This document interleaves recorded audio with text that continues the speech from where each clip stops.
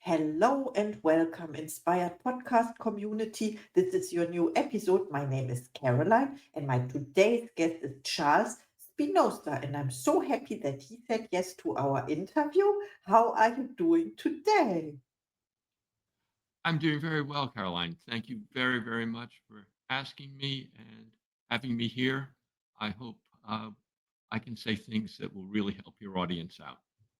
Oh, yes, I'm sure about that. And I would like to introduce you to the audience. Of course, you bring a provocative new lens to leadership, one shaped by decades of consulting, teaching, and deep study in the humanities.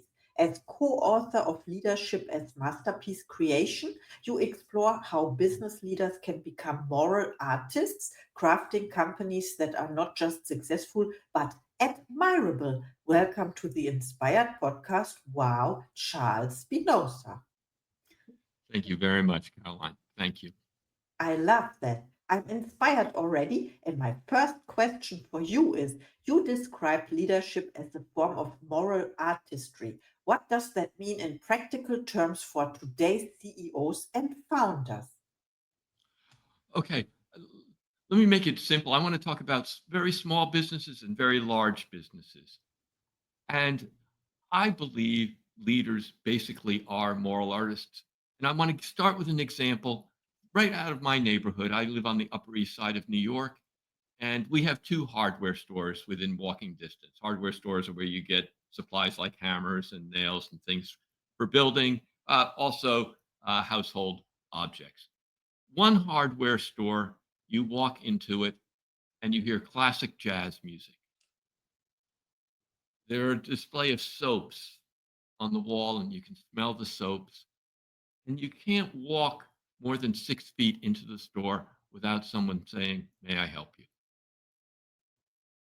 The whole store is based around that. It is a wonderful looking, appealing experience, and you are helped no matter what. If you want a nail of a certain size or you want crystal ware, you have somebody helping you. That's one hardware store.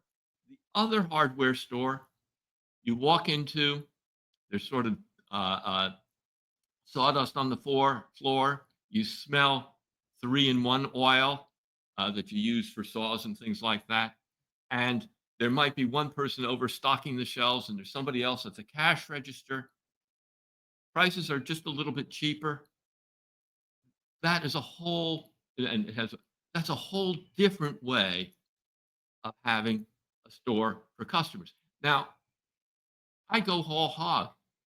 The one hardware store, the the owner of the store believes that customer service is the most important thing, and you show that you love your customers.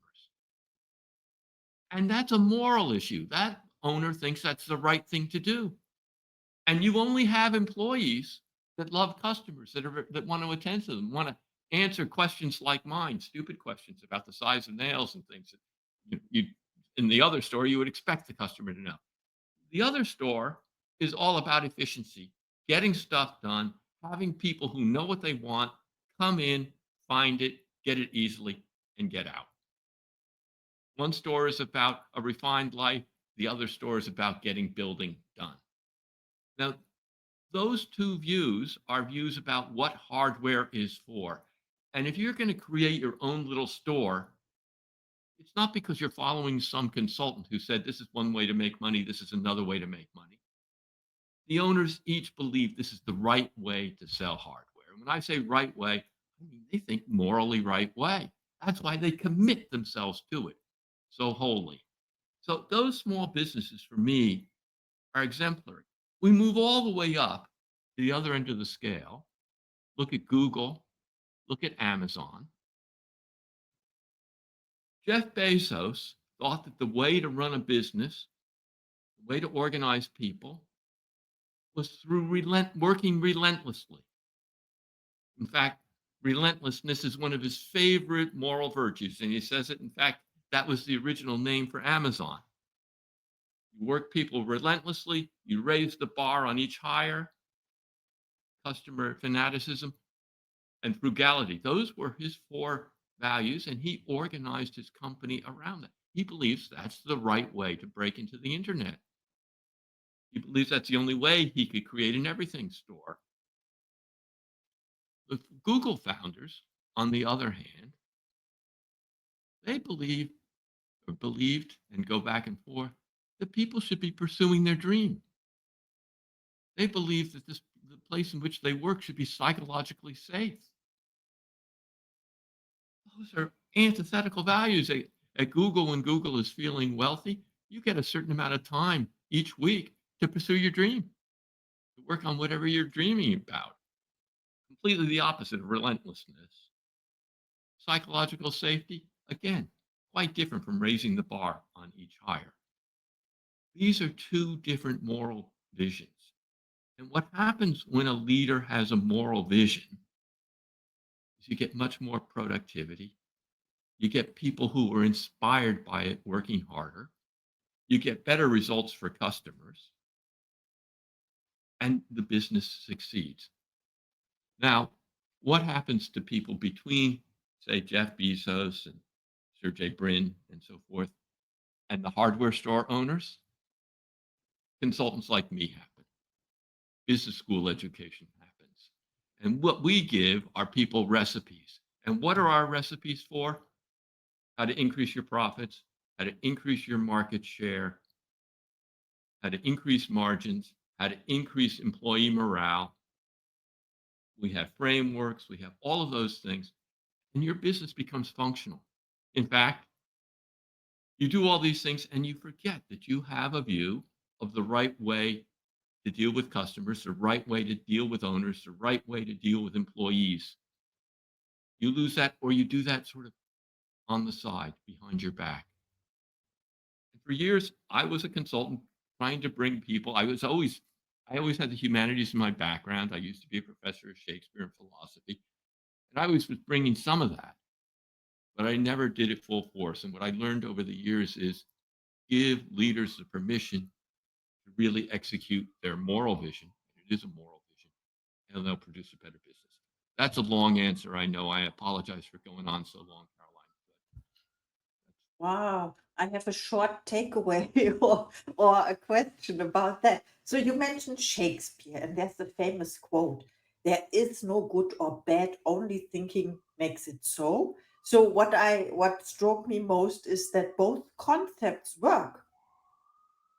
The yeah. relentless and the other one, like I give you time to pursue your dreams at Google. Yes. Well, yes, they both work. There are all sorts of interesting questions that come out of this.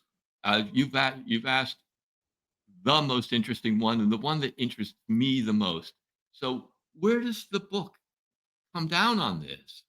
You can have a company where people pursue their dreams. You can have a company that's relentless. Both succeed. Well, I say that my position in the book is what I call narrow moral pluralism. There's more than one way to have a good life. There's more than one way to treat people. It doesn't mean anything goes. You know, I I draw the line basically law breaking by and large is not good. There might be some on the edge gray areas of law breaking where you create something new, but aside from that, I don't go there. I'm not that kind of a moral pluralist. But there are lots of ways to create good lives, to have people interacting with each other. And I think that's what business can do. And when I say our business leaders are moral artists, I'm trying to help our business leaders create a world where they have their different moral visions, where all over the place, it's like the hardware store that believes in great customer service and the smell of soap, and the hardware store that believes in efficiency and the smell of 3-in-1 oil. Imagine all the businesses that you go into, or most of the businesses you go into, develop themselves in that distinctive way with that distinctiveness. I say that's a world where would feel much more gratitude. We'd be living in an economy of gratitude as opposed to scarcity. And we just need to open ourselves to narrow moral pluralism. So So Wow, I love that. I never heard this before, but I'm new to the topic as well. So the similarity is, I would say, they act in a certain way. They are certain of what they are doing. actually, the similarity goes deeper than that. Um, Sometimes when I first started doing podcasts to get people interested in the book, uh, podcasters, not you, because you ask very high level questions, but podcasters would ask me, Charles, put your book in 3 bullet points. And at first, the first time somebody asked me to do that, I was a bit taken back, but I realized that's a fair question. So I have, when I work with leaders in business, I say there are 3 questions I have for you, and this brings it together. Number one, what always goes wrong in your company or your industry? Always goes wrong, not sometimes goes wrong, but always goes wrong. So you might have an industry where you're always taking advantage of your loyal customers. That's a typical one, say in utilities. Uh, you might have you might have an industry where you're so focused on safety, you never innovate anything, and that's something that always goes wrong. There are any number of things, but that's my first question. And the thing that always surprises me, I always think that's the hardest question, but virtually every leader I've ever spoken to could answer that. Say, I know the answer to that, Charles. It's been nagging at me for years. We can't solve it, but here's the answer. And then I ask them, but it turns out for leaders to be the harder question, what would you love to do instead? Why is that the harder question? People become leaders because they are brilliant managers. You don't get appointed to a position of leadership where you can, change the world or your company unless you've proven that you can manage. And managers manage around things that always go wrong. So they're brilliant at managing around what always goes wrong. And it's always stunning when somebody says, what would you love to do instead? And then the third thing, so and all the people I talk about have to go through these questions. And then the third question is to make that change to do what you love, what risk would you have to take? What risk would you have to take where people think you're doing something that's wrong? And that's really the heart of my book, helping people identify the risk that they have to take where people would see them doing something wrong, and then helping them with the way that they can coach themselves or get a coach to help them to get through it. Because creating a morally distinctive company means you're going to do something that people think is wrong. And it's not going to be just financially wrong, although people normally think it's obviously a financial risk. That's crazy. But it also, people are going to think it's not the right way to treat customers. You don't open a hardware store with frilly soap and classic jazz. That's not what people engaged in buying hardware do. Well, this owner said that is what they care about. That is what they do, and has proven it. And the risk to his family, the risk to, I'm assuming it was a him, it might have been a woman who opened the store. The risk to the family, to the community is huge if you open a store and it just fails terribly. So these leaders all have to take moral risks. Bezos is famous for he fired his founding employee who developed the website because he wasn't developing fast enough. He founded his logistics genius who invented how to get Amazon goods to everybody in the world because he wasn't relentless. And Bezos was was cruel with people who did not live up to the values he set out. So that's one of the things you have to do in founding a morally distinctive business. Be true to the distinctiveness of your business. I love that. Sticking to the goal and not to the plan. So from chaos to creation, right? I love it. Thank you so much for sharing. I have to re-listen to this episode again. There were so many nuggets already. Yes, I I love the questions because that make me think now about my own standards. Let's say, of course, I have another question for you. Can you share an example of a company that became a masterpiece by being morally distinctive, even if controversial? I can give you a number of examples. Why don't I give you the example of the company that really inspired me to write the book? Um, and I have to keep certain things confidential in this. I apologize to the audience. I think you'll hear why I have to keep things confidential in this. But this was a European gas distribution business. They own all the pipes and they distribute gas to buildings and to uh, residences and businesses and so forth. And the leader of this business always it was a business based on safety, and he wanted to make the business more innovative. And but he didn't do it because he was playing along with the way the business worked. And then suddenly the worst thing that could happen to a gas business happened to him. And that thing is you have a multi-story building inside a large old European city that catches fire and the gas is feeding the fire. So number one, that's a horrific fire. It's deadly, uh, first of all. Then you're in an old city. You discover that the turnoff valves nearest the gas are under meters of cement.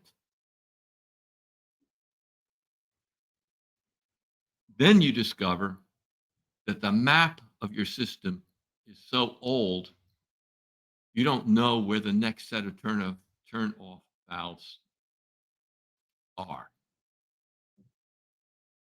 So you have this emergency. People's lives are being lost. There is a procedure. Just go back and back and back and back and find the turn off valve you can and turn off the valve. He got his team together and said, I, we're doing that. We're following the procedure. What can I do to interrupt the procedure and do something? And something different. And a member of his team, I actually believe it was this client himself, but I'm not, he's too modest to say so, came up with the idea. Why don't we, and I'm not going to speak engineering language, why don't we blow up a balloon in each of the pipes that leads into this city, sort of create our own journal into this building, create our own turn off valve. And they went back and forth. They said, might work. And he said, let's do it. And they said, no, if we do that and it doesn't work, you're going to be in legislative hearings and before courts for the rest of your life. And you know what? Even if it does work, you're going to be doing this for a long portion of your life. It's not worth it. It's not worth our careers. He said, we're going to do it. And they did it. And it worked. And I believe he saved some lives by doing it and acting that quickly. His team was right. Every Wednesday for the next 5 years, he was called before legislative committees to determine whether violating the rules in this way was the right thing to do, whether in fact he endangered more lives than he saved. It was horrific. And that was when I started working with him. And he said to me, Charles, I actually did what I always wanted to do in this industry. I took this risk and it paid off. And, it might not have paid off. And then things really would have been horrific. Should I stop taking these kinds of risks? And I said, no, this is your moral vision. This is what you're about. You got to keep it up. You got to keep doing it. And so now he has robots going through his pipes looking for leaks. He has gas sniffing cars traveling on the surface roads looking for leaks. There are two gas companies in Europe that care about innovation, and they are head and head. with each other and constantly competing for innovation. So he turned his gas company into an innovation-led gas company. He still has to pay the price, legislative hearings, judicial hearings, and all of that, but he is making it distinctive, making it something he loves. And I believe I get to see him every once in a while. He can play this out and make it something customers love. And certainly, as we move from natural gas to biomethane, a green gas, he can get support of the government, I think, by virtue of that. So that's the story that made it. I realized you have to take that kind of a risk to change the company, and that's what I started writing the book out of. Wow, I love that. That reminds me of this um, seed of benefit that comes from adversity first. Yes, this was from Napoleon Hill, Think and Grow Rich. And of course, I have another question for you. It is, how can leaders balance the pressure for profits with the call to take moral risks? Um, well, of course, in my experience, most of my experience, uh, the pressure for profits, it's not a pressure for profits overall, because you take a moral risk and you succeed, you produce good profits. There is, however, a moment in there where you frequently take a hit on profits. Things have to restabilize. You take the risk, and things have to restabilize.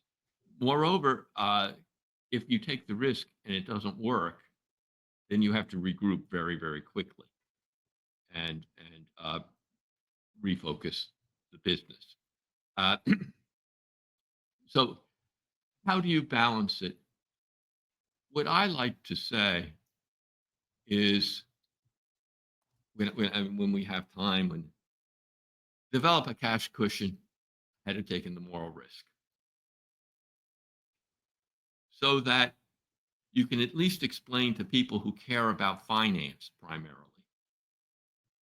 that you protected yourself by developing this cash ahead of the moral risk. Uh, I know it's not a real inventive answer to the question, but we all care about profits. We all, I believe that to create distinctive companies, we're going to have to take moral risks. The best way to do that is to hedge your moral risks, and you hedge them in all the sensible ways. You take the easiest moral risk first. If you have to take another one that's larger and larger, you build a platform of increasing moral risks, and you hedge.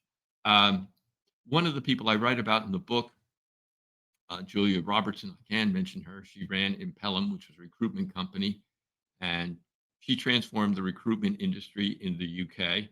Uh, they went from, it was really a cutthroat industry where they treated temporary workers fairly poorly, both the recruitment agency and the companies. And she stood for treating temporary workers really, really well, both the recruitment agency and the company that hired them. And as part of that, she had to get rid of what she called gray profits. There was all sorts of financial manipulation in the industry. Uh, like, for instance, not paying holidays. The way it worked in the UK at the time is you didn't have to pay a temp worker for holidays unless the temp worker asked. So make it hard for the temp worker to ask. Don't tell the temp worker that. You can save money. And there were tons of tricks like that. She got rid of them. And that was obviously going to take a hit on profits. In fact, one of her brand leaders left. How did she do it? Well, she hired a very clever CFO, and she said, "Let's take these small steps, one step at a time. And start with the smallest, then move to the next, then move to the next, then move to the next, and each time we restabilize." And she and her CFO were a genius at it, and their profits went up because they were creating a better business. So they did this in the middle of creating a better business. And in the middle of creating a better business, you're going to get your profits back. But yeah, there can be little hits, and that's how she did it. And I thought it was quite ingenious. And for those of CFOs who are listening and wondering, is he withholding all the details? fact of the matter is, I trusted the CFO, and so did, and she and the CFO would work it together. They would talk about the details of how they were going to do it, and it sounded good to me, so I let it go. So I can't give the CFOs listening all the details on how to do it, but I'm imagine the CFOs listening can figure it out. Oh, I love that. Thank you for sharing. It sounds logical. What you first said, creating a financial cushion for those situations that satisfies or calms down the, how do you call this, reptile brain, or the survival mechanism of, let's say, CFOs. I am entitled to say this. I worked 25 years in finance with my own accounting company. I know how this works, and this is a great advice. Yes. And the second one you mentioned about the great teamwork and the stabilization aspect. This is so crucial, I would say. And I have one question before I ask you. I don't know if you have still time for this question before I ask you where we can find you. Okay, your work draws heavily from the humanities. What can business leaders learn from literature or philosophy that they won't get from an MBA? Thank you for asking that. I love that question. I'll try to give a short answer.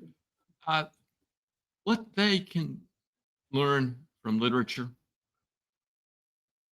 is that they will not get from MBA training is how important their passion is, and to think of themselves more like literary characters than people who are hedging traders.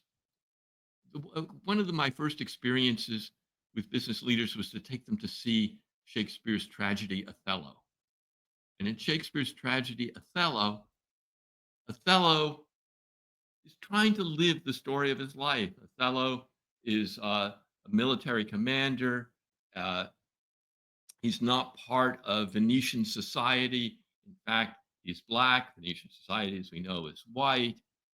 Falls in love with one of the top daughters, most sought after daughters in Venetian society. And he does it by telling the heroic stories of his military career, how he's been a commander. And what happens is one of his lieutenants is so jealous of him, he convinces Othello that his wife is cheating on him. He kills his wife. And then, as the completion of the story of his life, Othello takes his own life. Hence the tragedy. But what they got is if you are living out the story of your life and you find it meaningful and you love your life, you are enormously resilient.